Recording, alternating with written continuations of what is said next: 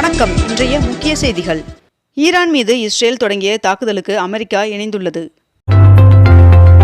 முதலமைச்சர் மு க ஸ்டாலின் அவர்கள் தனது 73வது பிறந்த நாளை நாளை கொண்டாடுகிறார். சென்னை பூவிருந்தவல்லி மற்றும் வடபழனி இடையே ஓட்டுநர் இல்லாத மெட்ரோ ரயிலை இயக்க அனுமதி வழங்கப்பட்டுள்ளதாக தகவல் வெளியாகியுள்ளது. 22 கேரட் ஆபண தங்கத்தின் விலை சவரனுக்கு ஒரே நாளில் 5200 ரூபாய் அதிகரித்து ஒரு சவரன் 1,24,400 ரூபாயாகவும் 1 கிராம் 15,550 ரூபாய்க்கும் விற்பனை செய்யப்பட்டு வருகிறது. இதனை அடுத்து 1 கிராம் வெள்ளியின் விலை கிராமிற்கு 25 ரூபாய் அதிகரித்து 1 கிராம் வெள்ளி 320 ரூபாய்க்கு விற்பனை செய்யப்பட்டு வருகிறது. முதலமைச்சர் மு க ஸ்டாலின் அவர்கள் 4814 கோடியில் பாலம், 13 சாலைகள் மற்றும் 38 துணை மின் நிலையங்களை திறந்து வைத்துள்ளார். வருகின்ற 2047ஆம் ஆண்டிற்குள் வளர்ந்த இந்தியாவை கட்டமைக்க முதலீடு செய்யுங்கள் என்று தொழில் நிறுவனங்களுக்கு பிரதமர் நரேந்திர மோடி அவர்கள் அழைப்பு விடுத்துள்ளார். தொகுதி பங்கீடு தொடர்பாக திமுக மற்றும் தபாக இடையே பேச்சுவார்த்தை தொடங்கியது. கூட்டுறவு மற்றும் பொதுத்துறை சர்க்கரை ஆலைகளுக்கு அரவை பருவத்திற்கு கரும்பு வழங்கும் விவசாயிகளுக்கு 86 கோடி ரூபாய் நிதி ஒதுக்கீடு செய்து அரசாணை வெளியிடப்பட்டுள்ளது. பிரதமர் நரேந்திர மோடி அவர்களின் வருகையை முன்னிட்டு மதுரையில் நாளை ட்ரோன்கள் பறக்க தடை விதிக்கப்பட்டுள்ளது. மயிலாப்பூரில் நடைபெற்ற கிராம பூசாரிகள் மாநாட்டில் கலந்து கொண்ட முதலமைச்சர் மு க ஸ்டாலின் அவர்கள் பூசாரிகளின் நலனை கருத்தில் கொண்டு 11 புதிய அறிவிப்புகளை வெளியிட்டுள்ளார்.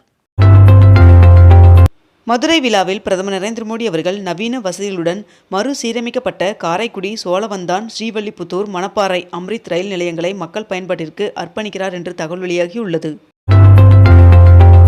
சித்தூரில் தொழில்களை நிறுவ முன்வரும் தொழில் முனைவோருக்கு தொழில்துறை அதிகாரிகள் முழு ஒத்துழைப்பு வழங்க வேண்டும் என்று அம்மாவட்ட ஆட்சியர் உத்தரவிட்டுள்ளார்.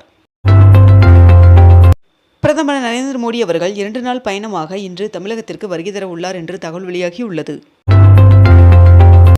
தவேக தலைவர் விஜய் அவர்களின் மனைவி சங்கீதா அவர்கள் விவாகரத்து கோரி மனு தாக்கல் செய்துள்ளார் என்று தகவல் வெளியாகியுள்ளது.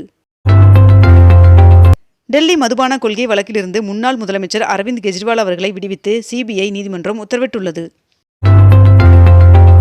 கச்சத்தீவில் உள்ள புனித அந்தோனியார் தேவாலயத்தில் 2 நாள் திருவிழா கொடியேற்றத்துடன் தொடங்கியது.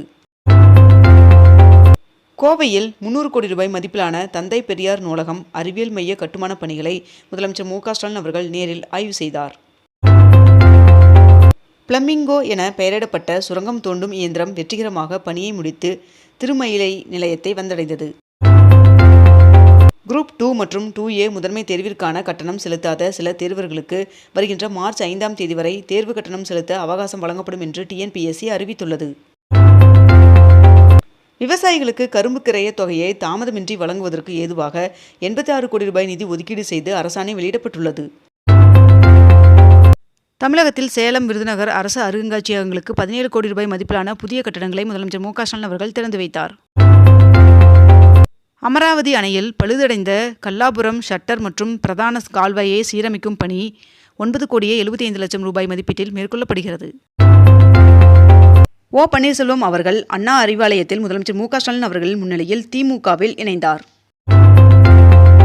தமிழகத்தில் சத்துணவு அமைப்பாளர்கள், அங்கன்வாடி பணியாளர்களுக்கான ஓய்வூதியம் 3,400 ரூபாயாக உயர்த்தி அரசாணை வெளியிடப்பட்டுள்ளது. கோவையில் திமுக மேற்கு மண்டல முகவர்கள் மாநாடு நேற்று நடைபெற்றது. பிரதமர் நரேந்திர மோடி அவர்கள் மற்றும் இஸ்ரேல் பிரதமர் பெஞ்சமின் நெதன்யாகு ஆகியோரின் முன்னிலையில் இந்தியா, இஸ்ரேல் இடையே 17 ஒப்பந்தங்கள் கையெழுத்தானதாக தெரிவிக்கப்பட்டுள்ளது. தமிழகத்தில் மார்ச் 4ஆம் தேதி வரை மழைக்கு வாய்ப்புள்ளதாக வானிலை மையம் தகவல் தெரிவித்துள்ளது. எழும்பூர் ரயில் நிலைய மேம்பாட்டு பணியின் காரணமாக தாம்பரம் முதல் கடற்கரை நிலையம் வரை இயக்கப்படும் சிறப்பு கூடுதல் பேருந்துகளின் நேர அட்டவணை வெளியிடப்பட்டுள்ளது. வேலூரில் கலைஞர் நூற்றாண்டு தங்கும் விடுதி கட்டடத்தை முதலமைச்சர் மு க ஸ்டாலின் அவர்கள் திறந்து வைத்தார்.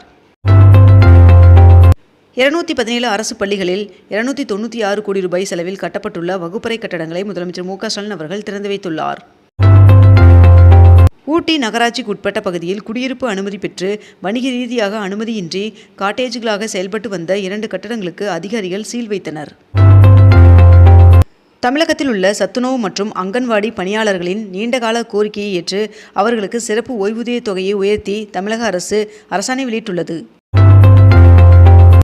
தாம்பரம் மற்றும் சென்னை கடற்கரை இடையே இன்று முதல் கூடுதலாக 20 விரைவு மின்சார ரயில்கள் இயக்கப்படும் என்று அறிவிக்கப்பட்டுள்ளது.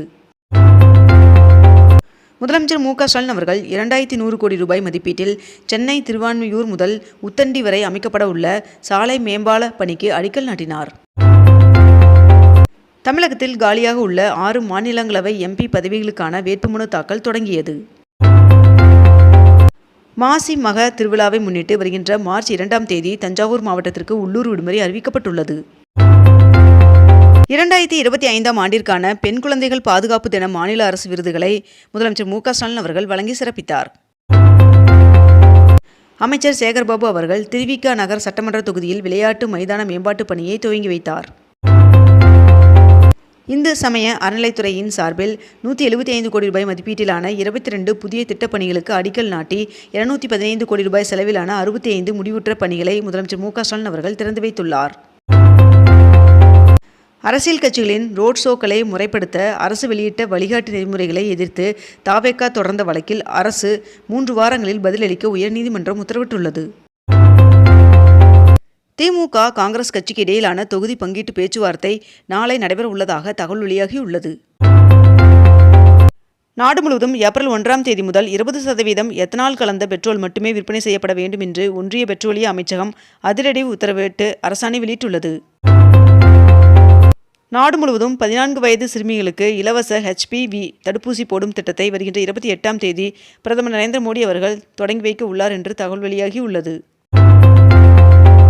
ஊழல் வழக்கில் கைதான ஒடிசா சுரங்கத்துறை அதிகாரியின் வீட்டில் டிராலி பெட்டிகளில் கட்டுக்கட்டாக அடுக்கப்பட்ட 4,27,00,000 ரூபாய் பணம் பறிமுதல் செய்யப்பட்டுள்ளது.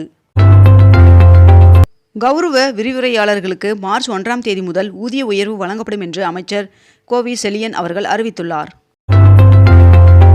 இந்தியா, இந்தோனேஷியா மற்றும் லாவோஸில் இருந்து இறக்குமதி செய்யப்படும் சோலார் பேனல்களுக்கு 125.87% வரி விதிக்கப்படுவதாக அமெரிக்கா அறிவித்துள்ளதாக தகவல் வெளியாகியுள்ளது. தாம்பரம் சென்னை கடற்கரை இடையே ரயில் பயணிகளுக்கு இலவச பேருந்து சேவையை தெற்கு ரயில்வே ஏற்பாடு செய்துள்ளது. வங்கி மோசடி வழக்கில் ரிலையன்ஸ் குழும தலைவர் அனில் அம்பானி அவர்களின் 3716 கோடி ரூபாய் மதிப்புடைய 17 தளங்கள் கொண்ட வீட்டை அமலாக்கத்துறை அதிகாரிகள் பறிமுதல் செய்துள்ளனர். துறைமுகம் சட்டமன்ற தொகுதிக்குட்பட்ட வார்டுகளில் உள்ள 16 தெருக்களில் 2,25,00,000 ரூபாய் மதிப்பீட்டில் தார் சாலை அமைக்கும் பணியினை அமைச்சர் சேகர்பாபு அவர்கள் தொடங்கி வைத்தார். தமிழ்நாட்டில் திருநெல்வேலி, விருதுநகர், ஈரோடு ஆகிய 3 மாவட்டங்களில் புதிய டைட்டில் பூங்கா அமைக்க முதலமைச்சர் மு க ஸ்டாலின் அவர்கள் இன்று அடிக்கல் நாட்ட உள்ளார். இத்துடன் இன்றைய தலைப்புச் செய்திகள் நிறைவடைகின்றன. மேலும் இதுபோன்ற அண்மை தகவல்களை உடனுக்குடன் தெரிந்து கொள்ள அக்னிபூ சேனலை சப்ஸ்கிரைப் செய்து கொண்டு தொடர்ந்து இணைந்திருங்கள். நன்றி, வணக்கம்.